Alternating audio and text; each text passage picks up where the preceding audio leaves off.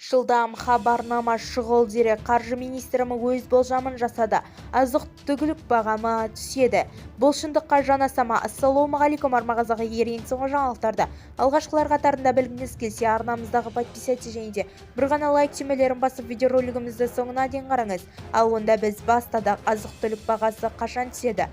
Қаржы министрлігі болжамы: доллардың бағамы түскеннен кейін азық-түлік арзандауы мүмкін. Азық-түлік бағасы төмендейді деп ойлаймын. Себебі доллардың бағамы өскенмен импортталатын тауарлар қымбаттайды. Енді керісінше біртіндеп арзандайды деп отырмыз, деді Қаржы министрлігі Ерұлан Жамаубаев. Айтуынша 2-3 айдан кейін инфляция деңгейі 7,5-9,5% дейін төмендейді. Ақпан айының қорытындысы бойынша ол 21,3% болған еді. Бізді тамашалауды жалғастырыңыз және ең соңғы жаңалықтарды тек қана біздің каналымыздан таба аласыздар.